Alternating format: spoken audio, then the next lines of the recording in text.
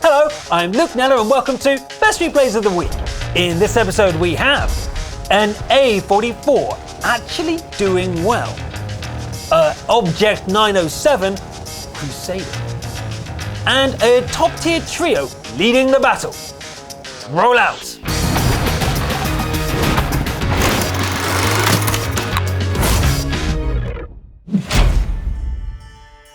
We begin our adventure on Ensk Encounter with 99 Destroyer from the SEA region. They're driving their Alpine Tiger, which is basically a good-looking WZ-111.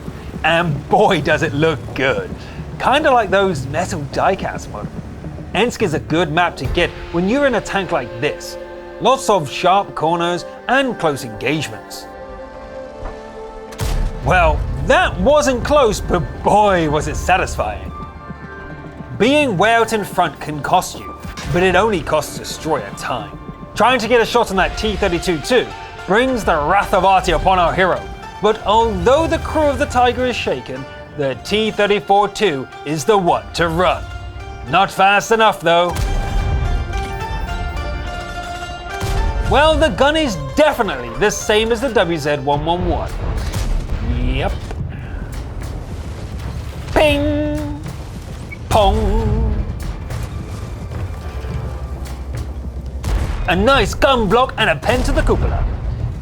The IS-2 bounces off of this glorious armor once again before Destroyer bounces on his cupola? Shake it off, Destroyer, this replay isn't going great. A stroke of luck finally, and a bit of damage to farm.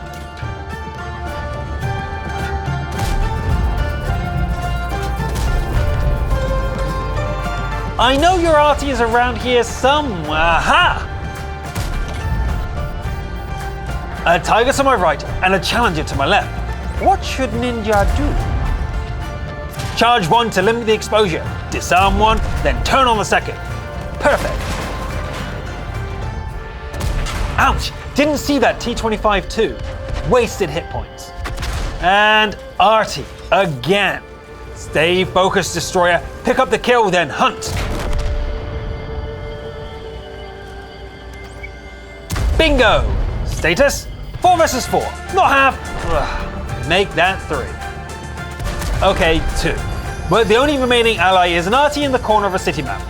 Might as well be a 1v4. That helped, but the Tiger 2 is the biggest threat. And it's basically full HP. A bad exchange's only saving grace is the new knowledge that the Tiger is alone and the rest of the Reds are hunting our Artie. Face hugging time! At this range, the Tiger 2 stood no chance. Destroyer, I noticed that you ran out of AP. Maybe dropping some of your HE might be wise, eh? That Black Prince isn't much of a threat, but where's that Oh, sugar! There he is. Just back up, back up! Ugh.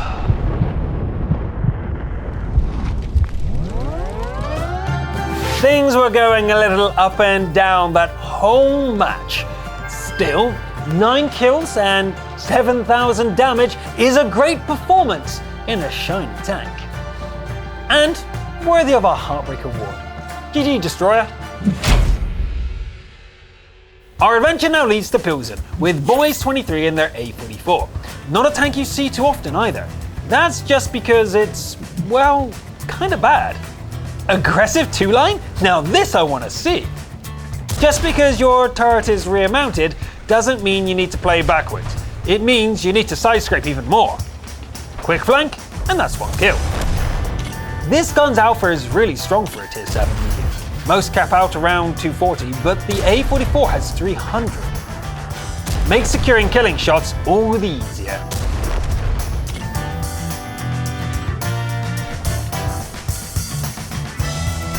Hey, where's my Russian accuracy? And my RNG? Using the terrain to your advantage like a pro. Goodbye, Stug. Ooh, working our way up the German TD tech tree, are we?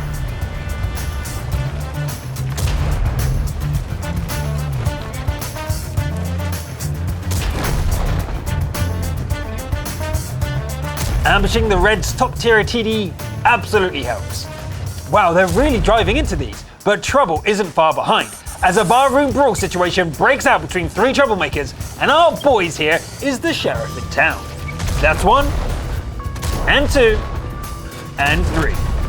A quick look at the minimap shows that it's a 1v1. Just one of the one has 3 arty for backup. Time for some careful maneuvering. There's the KV-1S. Boys misses the safe opportunity and ends up doing a bad trade. That turns to good when the KV starts burning. No time to even look away and watch the impending arty shoot the wall.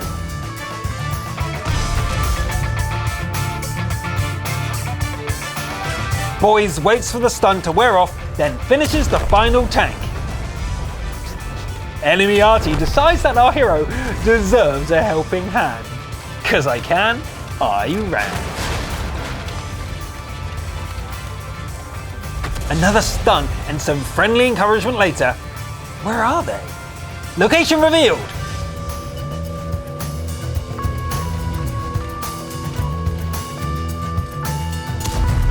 Try harder next time, GW.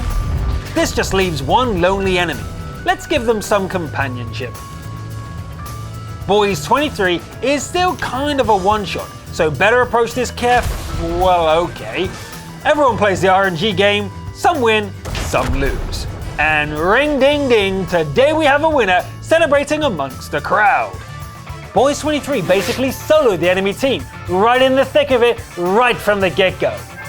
12 kills, 5k damage in a tier 7 battle. That's a carry. And you know what else? Worthy of our Top Gun award. Now we've seen some top tier carries, that's all well and good, but what about being bottom tier? That's what Fish 308 is here to show us today. Their battlefield is Malinovka with a Scorpion. Take the lead, Fish. A nice conservative opening position. Good choice considering the current situation. Blind shooting regular camp spots can be worth it, but watch your ammo count. However, sniping at this range isn't yielding decent results. Any experienced player will tell you that the hill is already lost, no matter how many tanks you pile up there from this side, unless they take the windmill from the start, it's a lost cause. Being bottom tier in a fight usually means buying time and watching for an opportunity. Like this, a little overeager Senti. Blast! Another miss! Another chance. Yes, the dry streak is over. Hitting a shot like only a Scorpion can. That's 2 shots connected, both of them into 2 tier 10s. It may have taken a while, but the hill is indeed lost. Time to rock. Sick! Burn, baby, burn. Oh, sheet of paper. It looks like Fish got spotted. The front line is officially broken. Time to reposition and a change of strategy. Guess German steel is too strong even for a Scorpion G. Unless you get basically point blank, I'm sure Fish is glad to have that other Scorp helping out. It's tense waiting in the forest, knowing a T95, T10 and that T57 Heavy are somewhere ahead. You know what?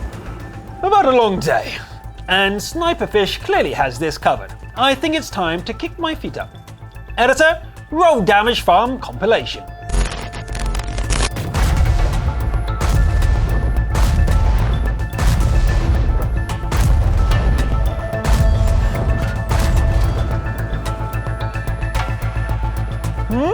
Siren? Gosh, the entire team's been knocked out, and Fish is still sniping from the same place. Unreal. Well, there's the grill, eh? So the Lorraine has entered the camp. Time to strike like a Scorpion, quick and deadly. This is a dangerous approach, but I guess it's time to use that HP. An exchange and fire! Ha! One shot at tier 10 from 700 HP. Can you turn water into wine, Fish? This is a miracle. Info and encouragement from teammates lets our hero know that there's time for a blind shot. But the time is running low. I will find you and I will kill you, Lorraine. Easy decision. Exchange and strike. GG. Striking from the shadows and using your HP when needed nets you 7,000 damage, 6 kills, and 2,200 base XP. That's the bonus you get for being bottom tier. but you're top of our charts, Fish 308, and here's our sniper award. Our second to last replay of the show is brought to you by Crusader in their Object 907, a commonly seen Clan Wars reward tag that shares many of the usual Russian mediums features. Let's see how suited it is to an aggressive opening play on Mounting Pass. Like a true Crusader, he charges straight into the breach. It's not an Object 140, but the 907 carries just enough gun depression to get a shot onto these lights. There's Vault. There's Vault. There's Vault! Every shot connects, annihilating the dangerous Scorpion. A keen third eye on the map reveals a juicy opportunity for a holy warrior without fear. The North Road is infested with heretical tier 8s with no opposition. But after a few exchanges, Crusader does a quick map count. Greed for glory is clearly a weakness for a knight, and no one can see our hero show off up here. Now there's an audience, let's show this 140 who the real Russian top dog is. Strike after strike hits home as the defenses of the 140 falters. A strike to the knee of our hero is all it can do before succumbing to the raw damage of Crusader. When behind enemy lines, use the chaos of war to your advantage. In a frenzy, Crusader smites the Reds one after each other. No one can stand against such might.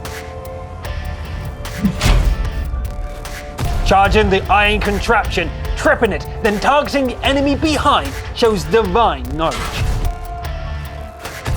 Now for you, I shall send you to your maker. The rampage is over, but the base is overrun. Back to camp! Teammates are so overwhelmed with joy seeing their savior return, they take a leap of faith from their mountain hiding places. Your sacrifice won't be in vain. Two left. I feel sorry for them.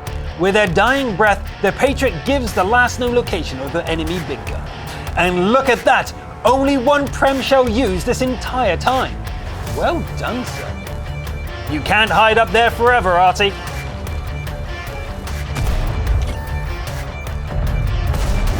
As the Artie is slain, the camp siren triggers. For you, brother, I shall win this battle. Coward! There won't be much time. 15 seconds, and a perfect decap. This isn't even fair. Crusader is an expert fighter and doesn't even take damage from this full HP pattern. A knight with an agenda. 10 kills, 9,000 damage roaming all over the map with full aggression. Your team couldn't have asked for a better carry player. And here's our Confederate award, Crusader. We've come to that time of the show, the best replay of the week. This time it's a triple platoon of Rolling, Hulk Smash, and Svega driving onto Swamp in their 50M, 30B, and AX respectively. Now, I know what you're thinking, a tier 10 platoon in a 357 matchmaker? I get you. But no, the enemy team has won too. Right, let's get started. Swamp as a map is very linear in the way it plays. You either take the left flank or you take the right flank. The enemy platoon's T-62A is the first to be spotted, followed swiftly by the rest of them. On this flank, this VK and Pershing have decided on no flank, and therefore they die. While all this shooting is going on, take a glance at the minimap. The entirety of the green team has followed our heroes into the southwest. A juicy RU gets slaughtered, even after disappearing. It's time to show some leadership and try a breakout to regain some map control. Rush these heavies, troops!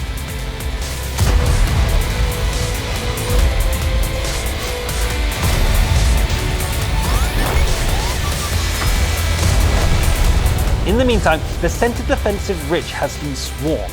This makes defending the cap essentially impossible. Time to head back in case that becomes an issue. The enemies seem to have forgotten about the cap in their quest for damage. Can our platoon wrestle this one back? Hulk smashes the M4A1 Rev, and decent damage is being made. but Rolling gets a bit bored and thinks it's better to get just stuck in. Maybe it was a bit of a mistake, as the friendly T10 is focused down within seconds of being seen.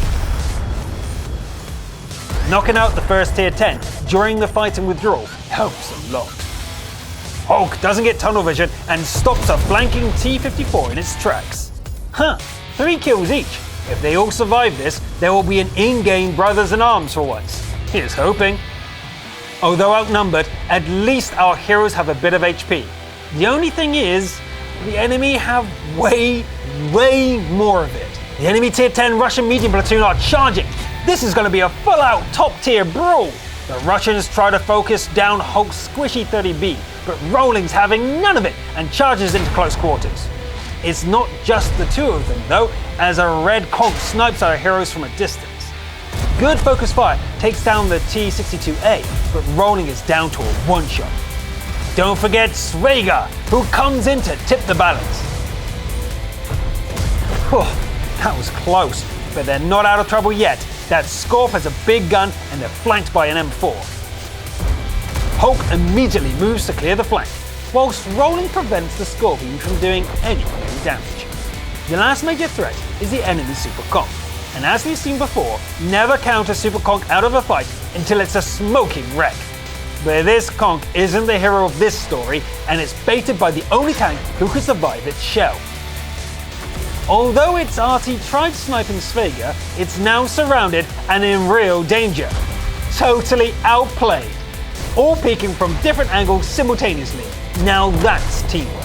At the end of many great battles, there is often one task left to complete. And although this battle is surely won, we could still have a mini heartbreak here, as all our heroes are dangerously low on HP.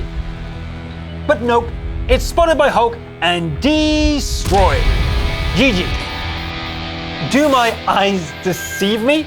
All 15 kills? They destroyed the entire enemy team with 18,000 combined damage, more than 3 times the entire rest of the team. Some weeks, it's hard for me to pick the best replay, but this week was one of the easiest choices of my life. Congratulations guys, take this Best Replay of the Week award and round your medal count to a square 25. And that's all for this week. Have any of you guys done better than that? Now, I know the word epic is thrown around nonchalantly, but we truly saw some epic plays this week. And although next week is the final of the season, keep sending in your replays and putting your feelings down below. I'm Luke Nella, thanks for watching, and I'll see you next time.